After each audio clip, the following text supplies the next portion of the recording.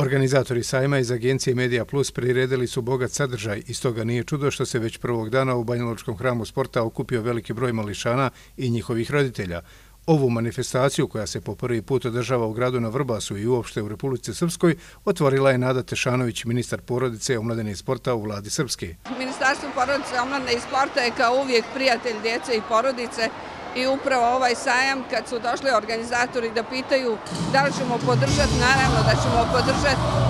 2 dana djeca će imati priliku da uživaju, da se igraju, da crtaju, pišu, uče i na taj način učine i svojim roditeljima i sebi ova 2 dana nezaboravna.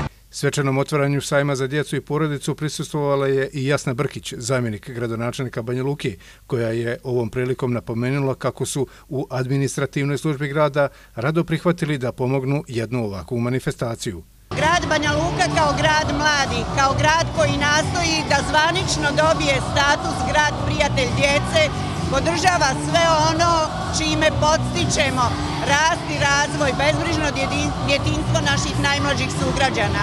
Sa velikim zadovoljstvom smo podržali i ovaj sajam za djecu i porodicu i sve buduće aktivnosti grad Banja Luka će podržavati. Ljubivoje Šrmović, poznati srpski dječji pjesnik, bio je gost sajma za djecu i porodicu i on je između ostalog istakao kako su djeca najveće bogatstvo. Mi kažemo da su djeca naše najveće bogatstvo. U stvari, za djecu bi trebalo odvajati neko veliko bogatstvo. Dete treba da posmatraš, ali mu nemoj na put stati. Što ga pred čovekom smatraš, pred će čovek i postati. Zadovoljstvo organizacijom sajma nisu krili ni u agenciji Media Plus. Djeca su pokazala i do sada i pokazat će i ova 2 dana da smo mi grad talentovanih mališana, trebamo biti na to ponosni. Hvala svim izlagačima koji su se ovoliko potrudili da zaista poboljšaju sadržaj sajma.